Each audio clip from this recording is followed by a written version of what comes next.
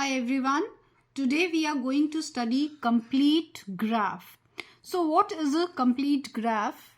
A simple graph in which there exists an edge between every pair of vertices is called a complete graph.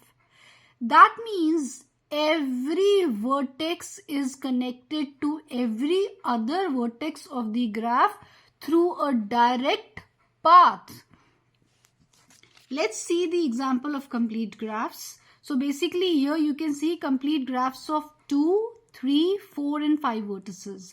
This is a complete graph of 2 vertices. Since there are only 2 vertices, so there is a path between these two vertices, and there is a path from this vertex to this vertex obviously, and then a path from this vertex to this vertex as well. So this is a complete graph.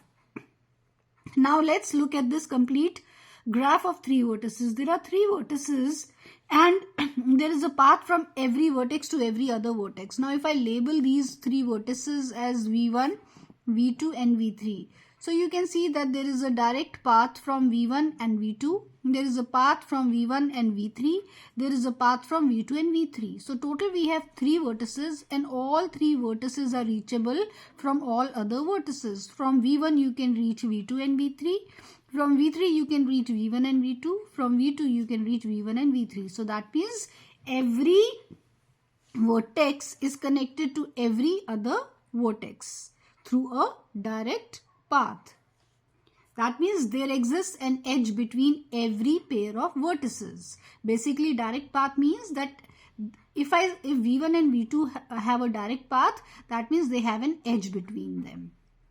So, in a simple language, I can say a simple graph is such a graph in which there is an edge between every pair of vertices. So, here you can see that there is an edge between all the pair of vertices.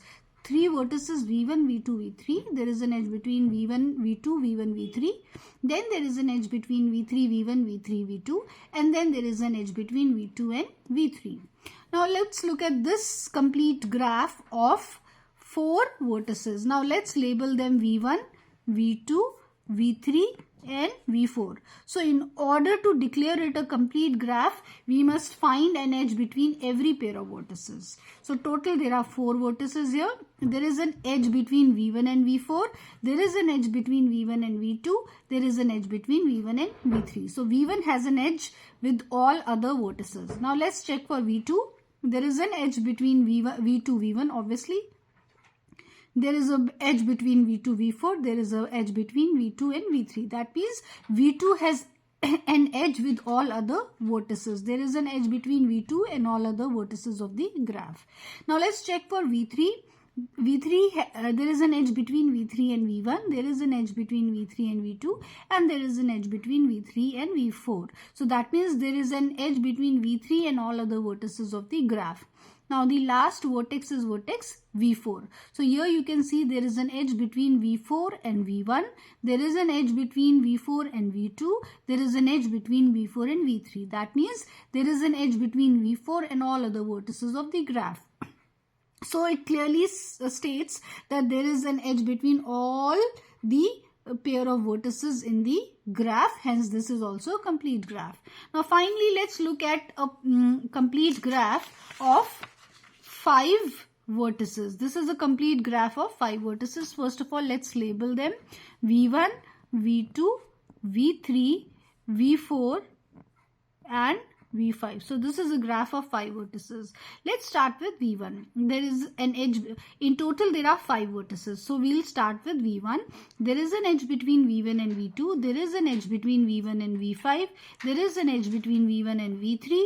There is an edge between V1 and V4. That means there exists an edge between V1 and all other vertices of the graph. Now let's see V2. There is an edge between V2 and V1. There is an edge between V2 and V5. There is an edge between V2 and V4. And there is an edge between V2 and V3. That means there exists an edge between V2 and all other vertices of the graph. Now let's check for vertex V3. So there is an edge between V3 and V1. There is an edge between V3 and V2. There is an edge between V3 and V5. And there is an edge between V3 and V4. That means there exists an edge between V3 and all other vertices of the graph. Now, let's check for vertex V4. So there is an edge between V4 and V1. There is an edge between V4 and V2. There is an edge between V4 and V3. And there is an edge between V4 and V5. So that means there exists an edge between V4 and all other vertices of the graph. Now let's check for V5. There is an edge between V5 and V1. There is an edge between V5 and V2. There is an edge between V5 and V3.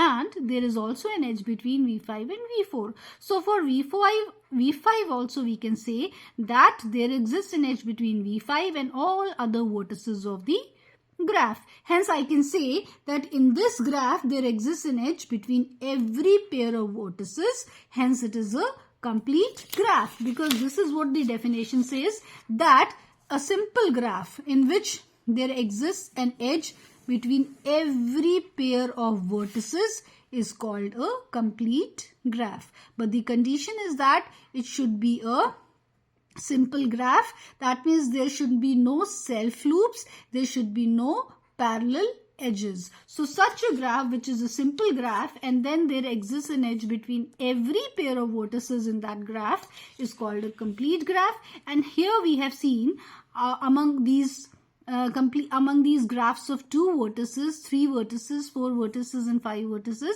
that in all of these graphs there exists an edge between every pair of vertices. Hence we can say that these are complete graphs of 2 vertices, 3 vertices, 4 vertices and 5 vertices respectively.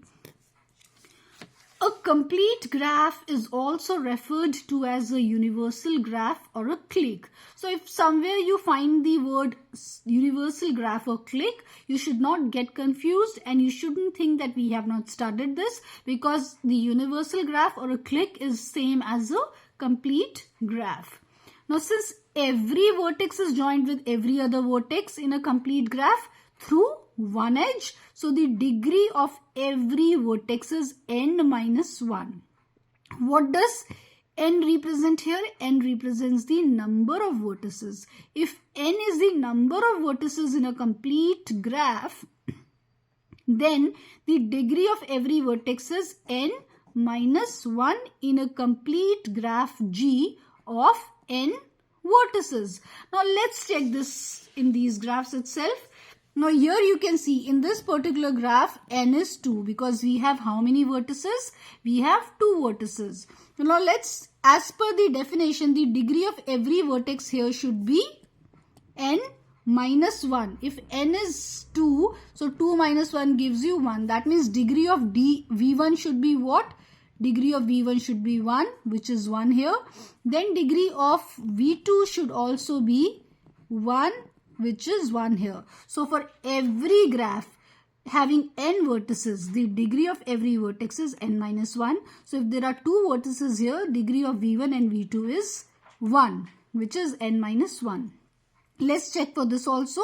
Here n is 3, because we have total how many vertices? We have 3 vertices in total. So as per the rule, degree n minus 1, that is 2 should be the degree of all the vertices. So V1 has degree 2, because there are 2 edges incident on V1. Similarly, V2 has degree 2, because there are 2 edges incident on V2. And so does V3 have degree 2, because V3 has 2 edges incident on it. So if you will check for this graph with 4 vertices and this graph for 5 vertices also, you will find that the degree of the vertices would be n minus 1 here, where n is the total number of vertices. So this is all about complete graph.